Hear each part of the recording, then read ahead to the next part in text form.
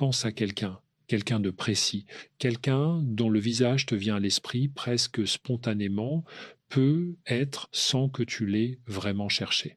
Est-ce que cette personne est faite pour toi? Est-ce qu'elle est vraiment celle que tu espères? Ou est-ce que tu espères simplement qu'elle le soit?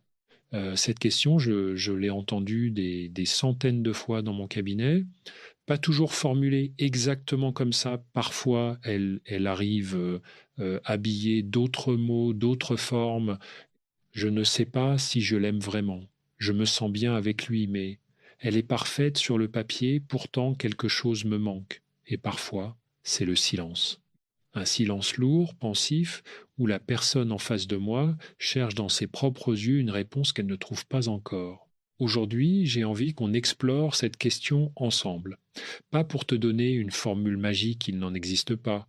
Pas pour te dire quoi ressentir, ni comment décider. Mais pour t'offrir quelques éclairages, quelques repères intérieurs qui te permettront peut-être de mieux comprendre ce que tu vis, ce que tu cherches, et surtout ce que cela dit de toi, parce que c'est là le cœur de cette conversation. La question est-ce que cette personne est faite pour moi révèle en réalité quelque chose de très profond sur qui tu es, sur ta façon d'aimer, sur tes peurs, sur tes espoirs les plus intimes. Et c'est pour ça que cette question mérite qu'on s'y attarde avec douceur, avec honnêteté et sans jugement. Je m'appelle Christophe André, je suis psychiatre et psychothérapeute et depuis de nombreuses années, j'essaye d'accompagner des hommes et des femmes dans leur relation à eux-mêmes et aux autres. Ce que je partage avec toi aujourd'hui vient à la fois de la littérature scientifique en psychologie, de nombreuses années de pratique clinique, et aussi de mes propres réflexions sur ce que signifie être humain, aimer, choisir, hésiter, installe-toi confortablement, peut être que tu es dans les transports, en train de marcher, ou simplement allongé quelque part, où que tu sois, je t'invite à être pleinement là, à laisser ce moment t'appartenir. Commençons par le début, par une idée qui, selon moi, est à la racine de beaucoup de nos confusions amoureuses. Nous avons tous, quelque part, en nous, une image, une représentation de la personne idéale. C'est pas toujours conscient, c'est pas toujours verbalisé, mais elle est là. Une sorte de modèle intérieur construit au fil des années à partir de nos expériences, de nos lectures, des films qu'on a vus, des amours qu'on a observés autour de nous, des blessures qu'on a portées. Et quand on rencontre quelqu'un, ce qu'on fait souvent sans le savoir, c'est comparer. On compare la personne réelle à cette image intérieure. Le problème, c'est que cette image est rarement juste, rarement complète. Et souvent, elle est davantage le reflet de ce qu'on espère trouver à l'extérieur pour combler quelque chose qui manque à l'intérieur.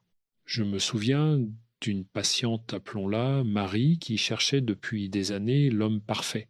Elle me décrivait ses critères avec une précision presque chirurgicale. Il devait être stable émotionnellement, cultivé, attentionné, mais pas trop fusionnel, ambitieux, mais pas absent. Et quand elle rencontrait quelqu'un, la moindre déviation par rapport à ce modèle provoquait une anxiété profonde. Ce n'est peu être pas le bon. Ce n'est peu être pas le bon. Cette phrase revenait comme un refrain et elle faisait fuir les hommes l'un après l'autre. Ce que nous avons compris ensemble, progressivement, c'est que cette liste de critères n'était pas vraiment une liste de qualités qu'elle cherchait chez l'autre. C'était une carte de ses propres blessures, la stabilité émotionnelle parce que son père était imprévisible, le fait de ne pas être trop fusionnel parce qu'une ancienne relation l'avait étouffé. Chaque critère racontait une partie de son histoire, une zone de sa vie intérieure qu'elle voulait protéger. Et toi, si tu fais l'exercice honnêtement, si tu regardes ce que tu cherches chez l'autre, est-ce que tu peux voir, derrière ces attentes, les contours de tes propres expériences passées? C'est pas une question pour te culpabiliser, c'est une invitation à la conscience. Parce que comprendre d'où viennent nos attentes, c'est le premier pas pour cesser de laisser nos blessures choisir à notre place. Il y a un concept en psychologie qu'on appelle le style d'attachement. C'est une notion développée à partir des travaux du psychiatre britannique John Bowlby et qui a depuis été largement étudiée et confirmée par la recherche. L'idée centrale est simple, mais ses implications sont profondes. La façon dont nous avons appris à nous attacher à nos premiers quergivères, nos parents, ou ceux qui nous ont élevés influencent profondément la façon dont nous nous attachons à nos partenaires amoureux à l'âge adulte. Il existe principalement trois grands styles d'attachement chez l'adulte. Le style sécure, le style anxieux et le style évitant. Et je vais te les décrire non pas en termes techniques, mais en termes humains, quotidiens, parce que c'est comme ça qu'on les reconnaît vraiment. La personne avec un attachement sécure est quelqu'un qui globalement se sent à l'aise dans la proximité émotionnelle. Elle peut être proche de l'autre sans se perdre. Elle peut être seule sans paniquer. Quand une dispute survient, elle ne pense pas aussitôt que tout est fini. Elle a confiance pas de manière naïve, mais de manière ancrée que l'amour peut survivre aux imperfections. La personne avec un attachement anxieux, elle, est souvent dans une vigilance permanente par rapport à la relation. Elle cherche des signes, elle interprète les silences, elle rejoue les conversations dans sa tête pour voir si elle a dit quelque chose de travers. Elle a besoin de réassurance, non par faiblesse, mais parce que quelque chose dans son histoire lui a appris que l'amour est fragile, conditionnel, susceptible de disparaître. Et la personne avec un attachement évitant, c'est souvent quelqu'un qui donne l'impression d'être très indépendant, qui dit avoir besoin d'espace, qui se sent étouffé dès que la relation devient trop intense. C'est pas qu'elle ne ressent rien, au contraire, elle ressent souvent beaucoup, mais quelque chose lui a appris que la proximité était dangereuse, que se montrer vulnérable conduisait à la déception ou à l'abandon. Pourquoi je te parle de tout ça? Parce que quand tu te demandes si cette personne est faite pour toi, il est très utile de savoir depuis quel endroit tu poses cette question. Est-ce que tu te demandes ça parce que tu as des doutes légitimes sur une incompatibilité réelle? Ou est-ce que tu te demandes ça parce que ton système d'attachement anxieux s'est mis en route et cherche une certitude que la vie ne peut pas donner? Ou encore parce que ton côté évitant commence à sentir que la relation devient trop réelle, trop engageante et cherche une bonne raison de fuir. La question est la même, mais les réponses qu'elle appelle sont très différentes. Prenons un exemple concret. Lucas, 34 ans, rencontre une femme merveilleuse. Ils ont des conversations profondes, une attirance évidente, des valeurs communes, mais après quelques semaines, Luca commence à se sentir mal à l'aise. Elle lui envoie des messages régulièrement, elle lui parle de l'avenir, elle semble vouloir s'investir, et Lucas, au lieu de ressentir de la joie, ressent une sorte de panique sourde. Il commence à noter ses défauts, elle parle trop de ses amis, elle est parfois un peu trop enthousiaste. Est-ce vraiment la bonne? Ce que Lucas vit, c'est un mécanisme d'évitement classique. La proximité monte et quelque chose en lui veut créer de la distance. Il cherche des défauts, non pas parce qu'ils existent vraiment, mais parce que son psychisme a besoin d'une justification pour maintenir cette distance émotionnelle qui lui est familière, qui lui semble safe. Si Lucas ne comprend pas ce mécanisme, il va peu être laissé passer quelqu'un de formidable. Et il reproduira la même chose avec la suivante. Et la suivante encore, ce que je veux que tu retiennes de cette première partie, c'est ceci. Avant de chercher si l'autre est fait pour toi, commence par te demander depuis quel état intérieur tu l'évalues. Parce que nous ne voyons jamais l'autre tel qu'il est vraiment, nous le voyons toujours à travers le filtre de notre propre histoire. Si ce contenu t'aide à mieux te comprendre, je t'invite à laisser un like et à t'abonner pour continuer à apprendre ensemble. C'est une façon simple de soutenir ce travail et de faire en sorte que ces conversations atteignent ceux qui en ont besoin. Continuons, parce qu'il y a quelque chose dont on parle rarement quand on aborde la question de la compatibilité amoureuse, et c'est pourtant fondamental. C'est la différence entre l'attirance et la connexion. L'attirance, qu'elle soit physique, intellectuelle ou émotionnelle, est souvent immédiate. Elle peut être fulgurante.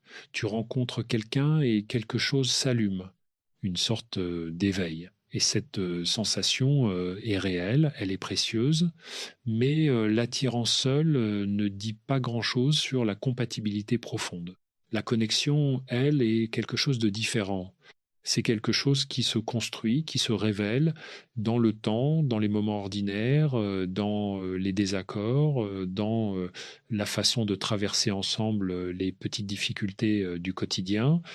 La connexion, c'est ce que tu ressens quand tu peux être toi-même, vraiment toi-même avec l'autre, sans te surveiller, sans jouer un rôle. Et voici quelque chose que j'observe souvent, les personnes qui ont eu des histoires douloureuses dans le passé confondent parfois l'intensité de l'attirance avec la qualité de la connexion. Elles associent le sentiment de désir intense, voire d'obsession légère, à l'idée d'un grand amour, alors que très souvent, ce type d'attirance très intense correspond à quelque chose de familier. Familier dans le sens de famille, c'est à dire que cette personne réveille quelque chose de connu, quelque chose de nos premières expériences affectives. C'est pas toujours un bon signe. Parfois, on est très attiré par des gens qui nous font revivre des dynamiques blessantes parce que ces dynamiques, justement, nous sont familières. Elles ont une forme reconnaissable. Et le psychisme humain a tendance à aller vers le connu, même quand le connu est douloureux.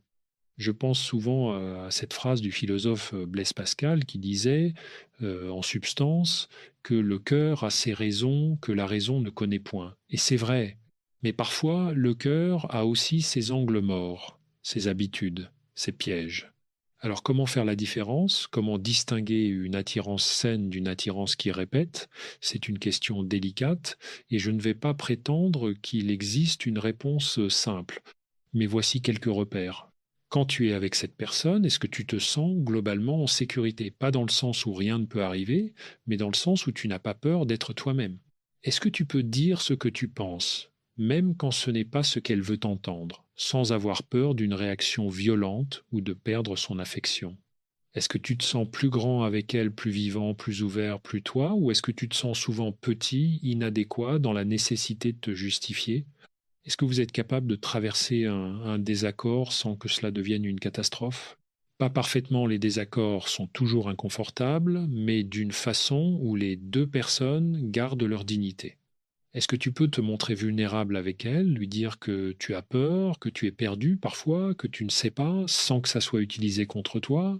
Ces questions ne donnent pas une réponse définitive, mais elles orientent, elles pointent vers quelque chose d'essentiel.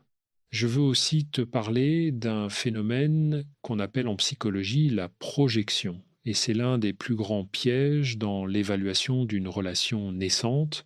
La projection, c'est quand on attribue à l'autre des qualités ou des défauts qui n'appartiennent pas vraiment à lui, mais à notre propre monde intérieur.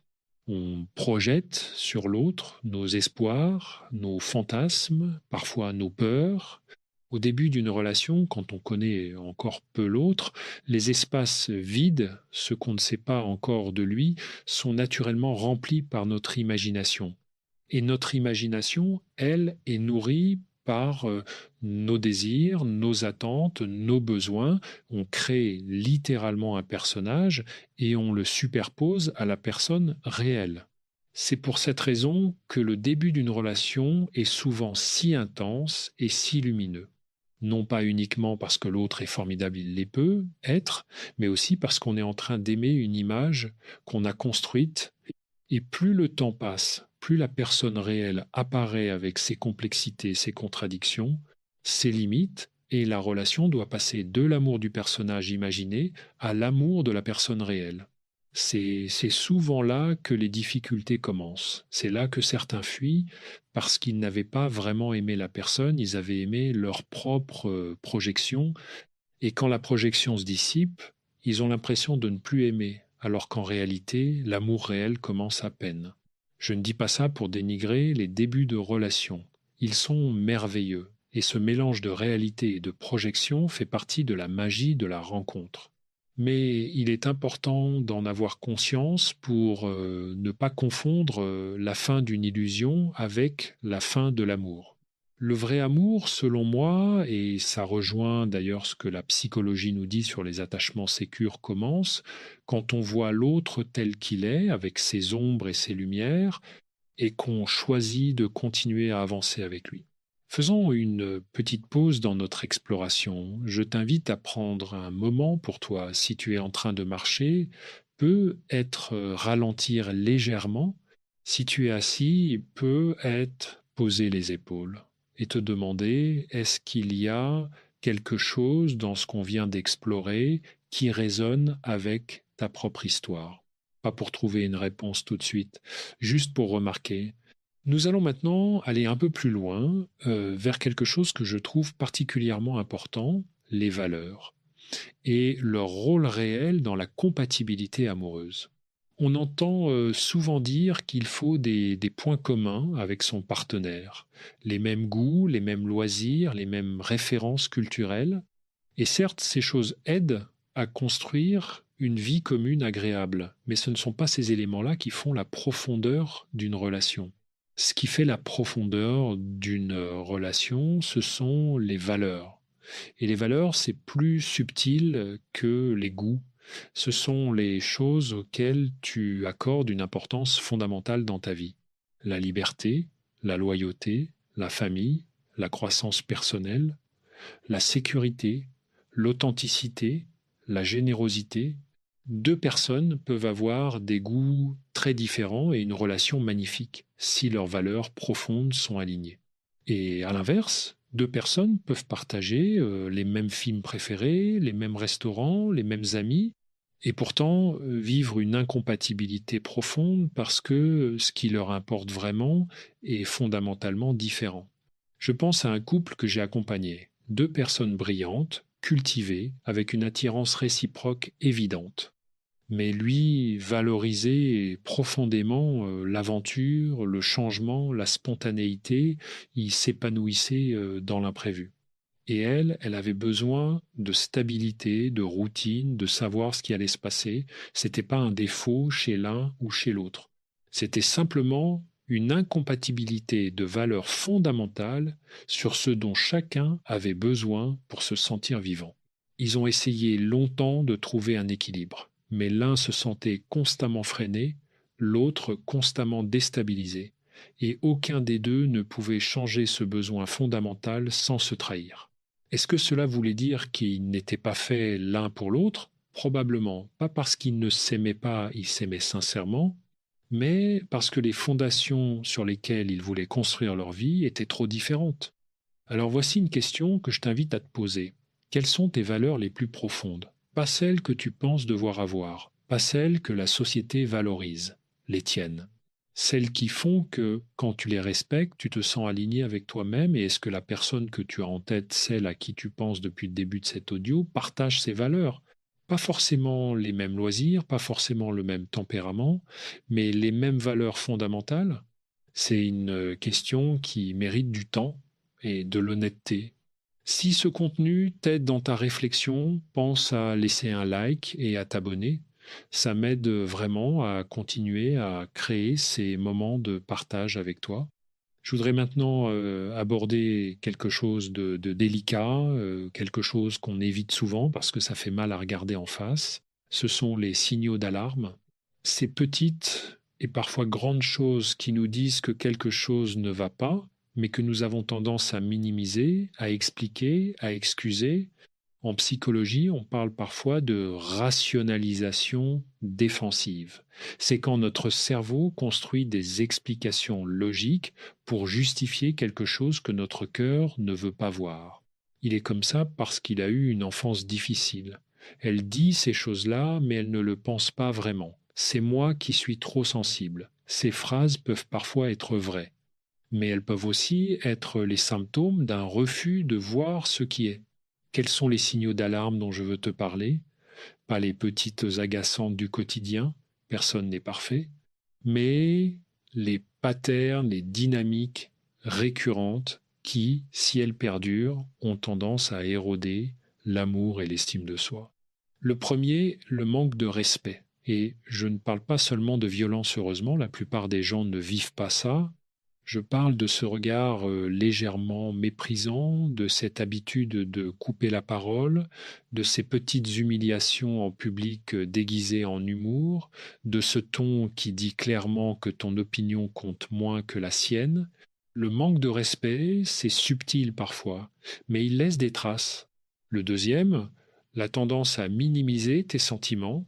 Si à chaque fois que tu exprimes quelque chose, une inquiétude, une tristesse, un besoin, l'autre te dit que tu exagères, que tu es trop sensible, que ce n'est rien, il se passe quelque chose d'important. Tes émotions sont valides. Et quelqu'un qui t'aime vraiment ne cherchera pas systématiquement à les effacer ou à t'en faire honte.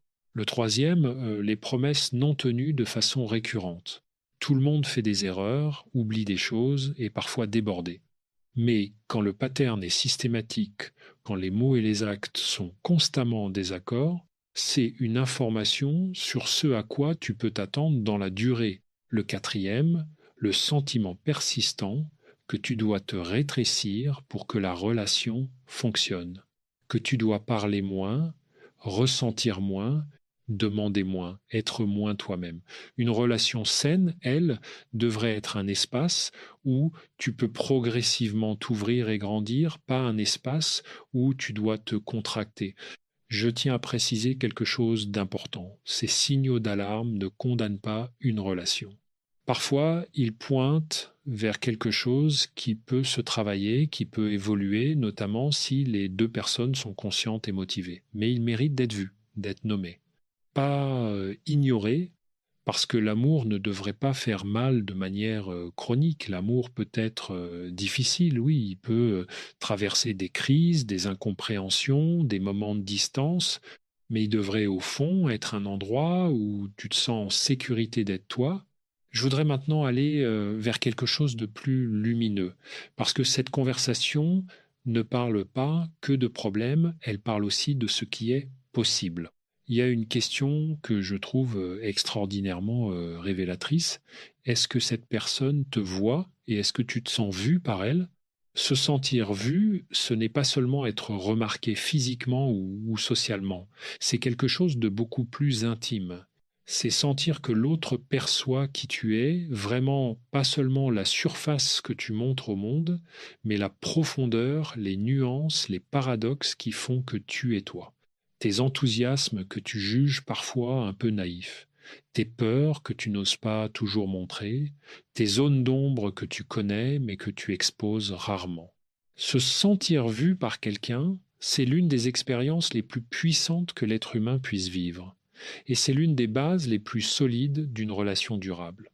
Le philosophe et théologien Martin Buber parlait de la relation je tue une relation où l'autre n'est pas un objet dans mon monde, mais un sujet à part entière, un être avec sa propre intériorité que je cherche à rejoindre. C'est une belle façon de décrire ce que cherchons dans l'amour. Ne pas simplement trouver quelqu'un qui remplit nos critères, mais trouver quelqu'un avec qui nous pouvons établir cette véritable rencontre entre deux subjectivités.